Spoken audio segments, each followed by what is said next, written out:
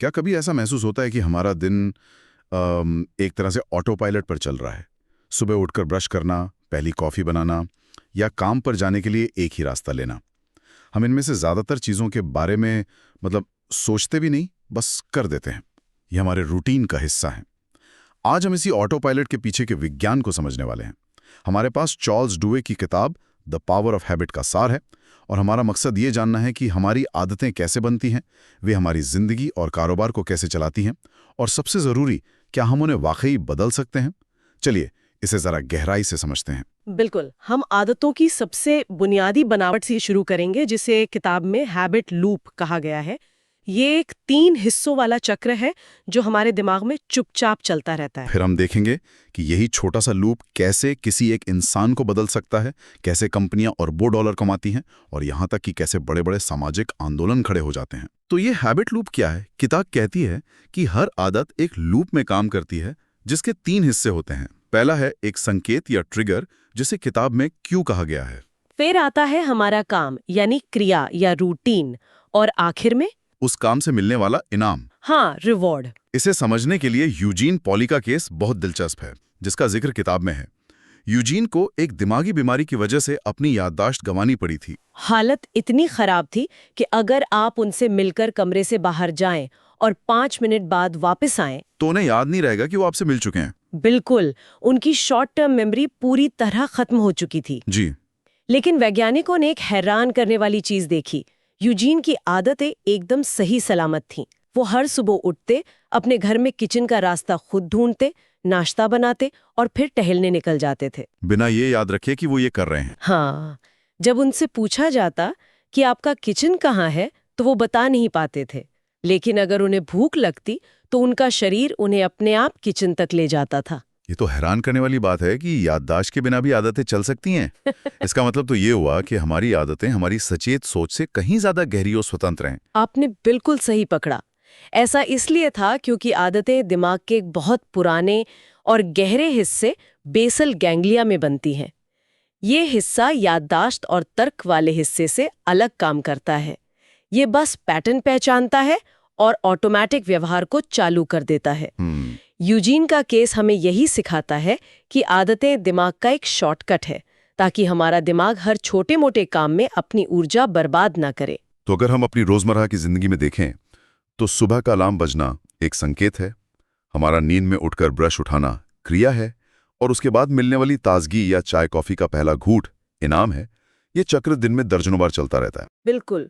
और यहाँ पर एक और दिलचस्प परत जुड़ती है। सिर्फ संकेत, क्रिया और इनाम ही काफी नहीं है।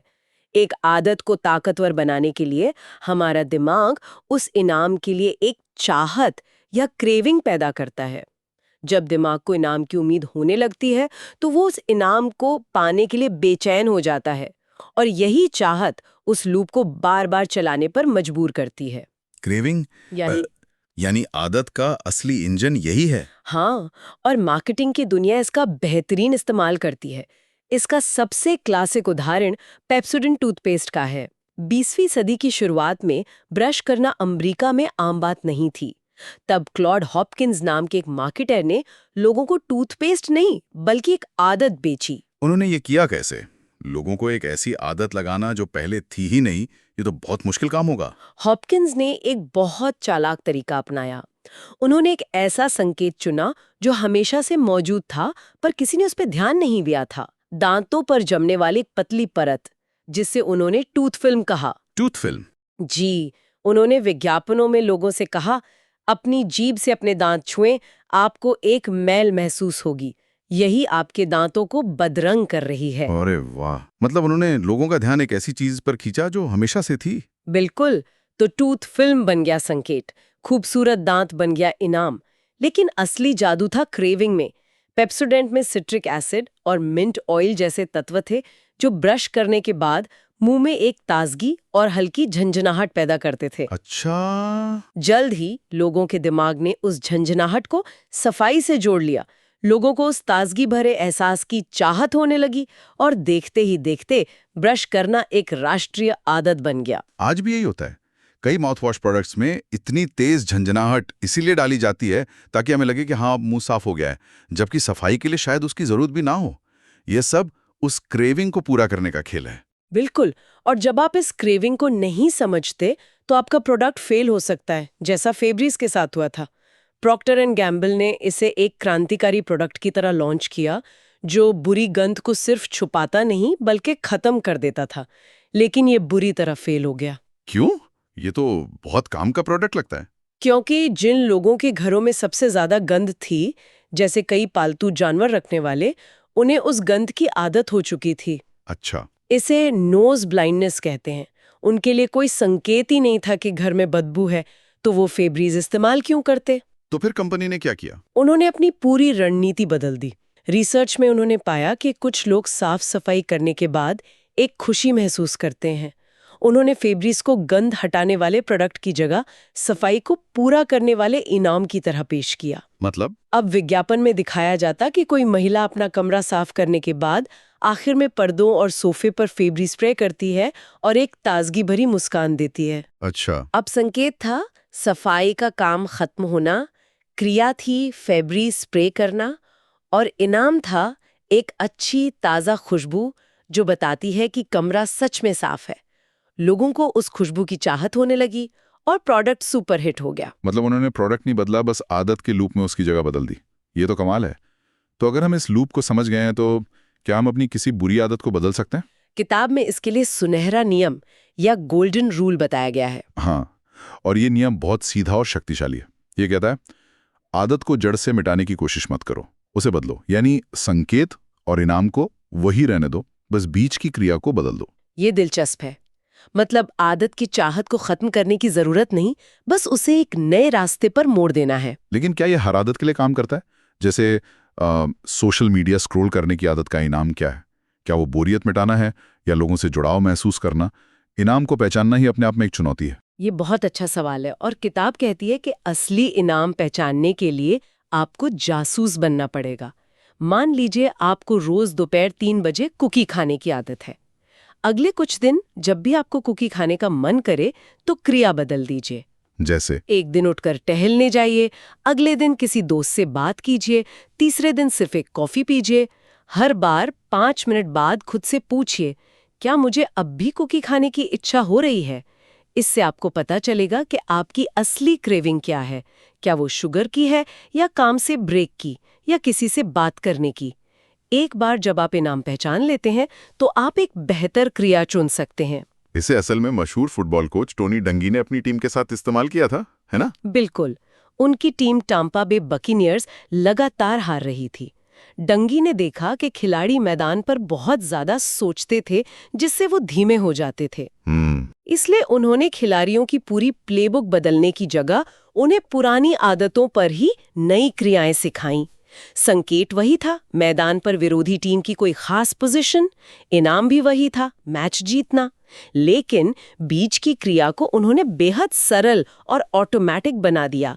उन्होंने खिलाड़ियों को सोचने की जगह सिर्फ रिएक्ट करने की ट्रेनिंग दी और उनकी टीम जीतने लगी। लेकिन सिर्फ क्रिया बदलने से हमेशा काम नहीं बनता, खासकर जब तनाव या कोई मुश्किल वक्त आता है, तब पुरानी आदतें वापस सिर उठाने लगती हैं। किताब कहती है कि यहाँ पर एक और चीज की जरूरत पड़ती है, विश्वास, बिलीफ। हाँ, और विश्वास के बिना आदत का बदलाव अधूरा है। इसका सबसे अच्छा उदाहरण अल्कोहलिक्स एनोनिमस यानी AA है।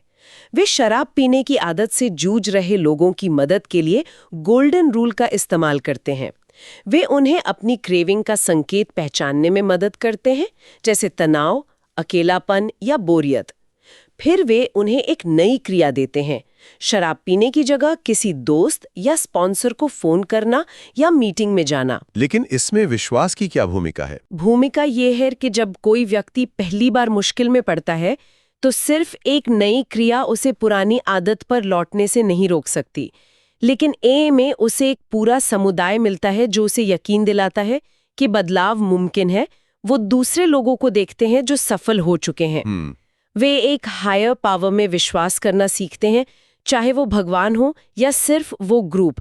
ये विश्वास ही उन्हें उस मुश्किल घड़ी में ताकत देता है जब इच्छा शक्ति जवाब दे जाती है। तो किसी एक आदत को बदलना मुमकिन है अगर विश्वास हो, लेकिन किताब में एक और कमाल का आइडिया है कि कुछ आदतें इतनी ताकतवर होती हैं कि वो अपने आप दूसरी दर्जनों आदतों को सुधार देती हैं।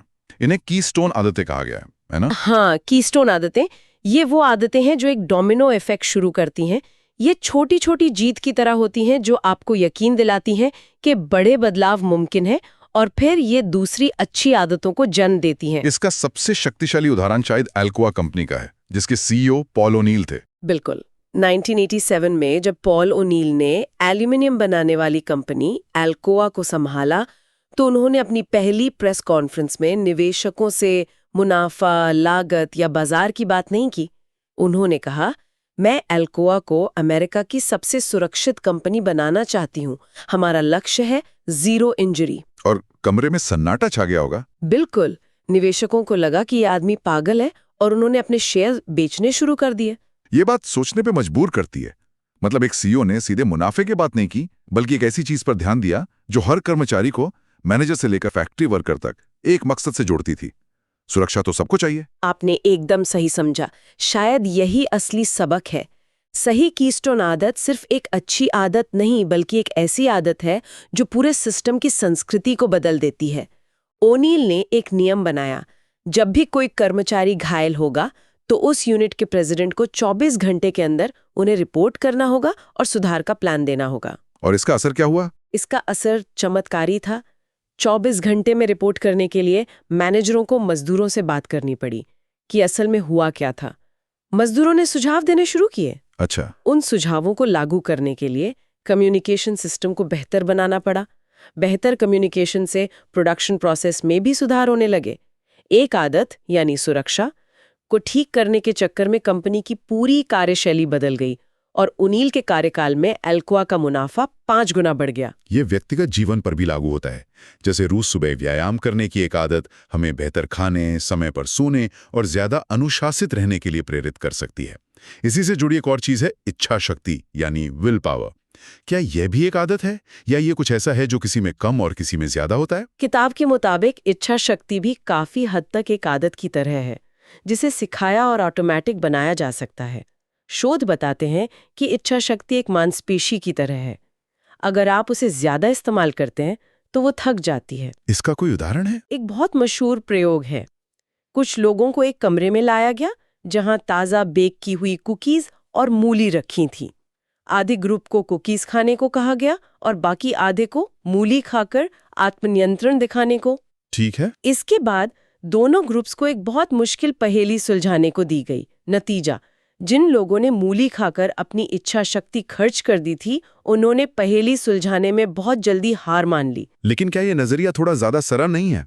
कई बार इच्छा शक्ति माहौल पर भी तो निर्भर करती है। अगर घर में कुकीज रखी ना हो तो उन्हें ना खाने के लिए इच्छा शक्ति की जरूरत ही कम पड़ती है। क्या किताब इस पहलू पर भी बात करती है? बिल्कुल, और ये बहुत जरूरी पॉइंट है। किताब कहती है कि जिन लोगों में सबसे ज्यादा इच्छा शक्ति दिखती है, वो असल में दिन भर अपनी इच्छा शक्ति का इस्तेमाल नहीं कर रहे होते हैं, बल्कि उन्होंने अपनी जिंदगी को इस तरह से डिजाइन कर लिया होता है कि उन्हें कम से कम आत्मनियंत्रण की जरूरत पड़े। अच्छा। स्टारबक्स अपने कर्मचारियों को यही सिखाता है। वे जानते हैं कि एक गुस्से वाला ग्राहक कर्मचारी की इच्छा शक्ति को खत्म कर सकता है। इसलिए वे मुश्किल ग्राहकों से निपटने के लिए एक तय रूटीन सिखाते हैं, जिसे लैटे मेथड कहते हैं। Listen, acknowledge, take action, thank and explain. यानी सुनो, स्वीकार करो, कार्रवाई करो, धन्यवाद दो और समझाओ। जी, ये एक ऑटोमेटिक रूटीन है जो तनावपूर्ण स्थिति में इच्छा शक्ति को खत्म होने से बचाता है। तो इच्छा शक्ति को मजबूत करने का सबसे अच्छा तरीका है कि उसके लिए पहले से प्लान बनाकर रखा जाए। हमने देखा कि आदतें व्यक्तियों और कंपनियों को अच्छे के लिए कैसे बदल सकती हैं, लेकिन ये जहरीले और खतरनाक सिस्टम भी तो बना सकती है ना? हाँ, और कभी-कभी इसके नतीजे विनाशकारी हो सकते हैं। रोड आइलैंड अस्पताल में यही हुआ। वहां डॉक्टरों और नर्सों के बीच खराब कम्युनिकेशन की एक आदत बन गई थी। एक अलिखित नियम था कि नर्सें डॉक्टरों के फैसलों पर सवाल नहीं उठाएंगी और सीनियर डॉक्टर जूनियर डॉक्टरों पर हावी रहते थे। इस संस्कृति की वजह से एक मरीज के सिर की गलत साइड का ऑपरेशन हो गया और उसकी मौत हो गई। जब जांच हुई तो पता चला कि ऑपरेशन से पहले कई लोगों को लगा था कि कुछ गड़बड़ है, लेकिन किसी ने आवाज नहीं उठाई, क्योंकि सिस्टम की आदत ही ऐसी थी। ये दिखाता है कि कंपनियों के अंदर की आदतें कितनी खतरनाक हो सकती हैं, जहां कोई एक व्यक्ति जिम्मेदार नहीं होता बल्कि पूरा सिस्टम ही खराब आदतों पर चल रहा होता है। बिल्कुल। लेकिन यही सामाजिक आदतें जब सही दिशा में काम करती हैं तो वे इतिहास बदल सकती हैं, जैसा कि अमेरिका में नागरिक अधिकारों के आंदोलन के दौरान मॉन्टगोमरी बस बॉयकॉट में हुआ। रोजाना की तरह बस में सफर करना एक आदत थी, रोजाना की तरह नियमों का पालन करना एक आदत थी, रोजाना की तरह अन्याय सहना भी एक आदत बन चुका था। रोजाना पार्क्स के एक नो ने इन सभी आदतों को चुनौती दी। और वो एक अकेली घटना नहीं थी, उसने एक पूरे आंदोलन को जन्म दिया। ये कैसे हुआ? वजह से सफल हुआ। पहला, मजबूत संबंध, स्ट्रॉन्ग टाइज। आंदोलन की शुरुआत रोजाना पार्क्स के दोस्तों और करीबी लोगों से हुई। वो समुदाय में एक सम्मानित व्यक्ति थीं और उनके दोस्त तुरंत उनके समर्थन में आ गए। सही है। किसी भी आंदोलन की पहली चिंगारी हमेशा मजबूत रिश्तों से ही भड़कती है। दूसरा, कमजोर संबंध, वीक टाइज। इसके बाद आंदोलन समुदाय के उन लोगों के जरिए फैला जो एक दूसरे को अच्छी तरह नहीं जानते थे। इसे सामाजिक दबाव की आदत भी कह सकते हैं। जब आपके पड़ोसी, आपके चर्च के साथी और आपके शहर के लोग बॉयकॉट कर रहे हों तो आप पर भी साथ देने का दबाव बनता है। ये समुदाय के जुड़ाव की ताकत थी। और तीसरा, नई आदतें, न्यू हैबिट्स। आंदोलन को सिर्फ 1 या 2 दिन नहीं बल्कि 1 साल से ज्यादा चलाना था। इसके लिए मार्टिन लूथर किंग जूनियर ने लोगों को नई आदतें सिखाईं। उन्होंने लोगों को अहिंसा की आदत सिखाई, उन्होंने लोगों को एक नई पहचान दी और नियमित मीटिंग और एकता के जरिए आंदोलन को एक संगठित रूप दिया। इससे आंदोलन व्यक्तिगत नाराजगी से ऊपर उठकर एक बड़े मकसद के लिए संघर्ष बन गया और टिका रहा। तो आज हमने एक व्यक्ति के दिमाग में चलने वाले छोटे से हैबिट लूप से शुरू करके ये देखा कि कैसे यही सिद्धांत कंपनियों को अर्श पर पहुंचा सकता है और समाज में क्रांति ला सकता है। इसका सार यही है कि आदतें बहुत शक्तिशाली होती हैं और अक्सर हमारी पकड़ से बाहर लगती हैं। वे चुपचाप हमारे व्यवहार को नियंत्रित करती हैं, लेकिन उनके काम करने का तरीका समझकर, उनके संकेत, क्रिया और इनाम को पहचानकर हम उन्हें बदलने की ताकत हासिल कर लेते हैं। जैसा कि किताब में कहा गया है, एक बार जब आप समझ जाते हैं कि आदतों को फिर से बनाया जा सकता है, तो काम पर लगने के अलावा कोई विकल्प नहीं बचता। अब जब हम जानते हैं कि आदतें कितनी शक्तिशाली हो सकती हैं, तो एक गहरा सवाल खड़ा करता है। हमारी कौन सी आदतें हमारी सोची समझी पसंद है और कौन सी सिर्फ हमारे दिमाग के ऑटो पायलट का नतीजा है? और इन दोनों के बीच की महीन रेखा हम कहाँ खींचते हैं?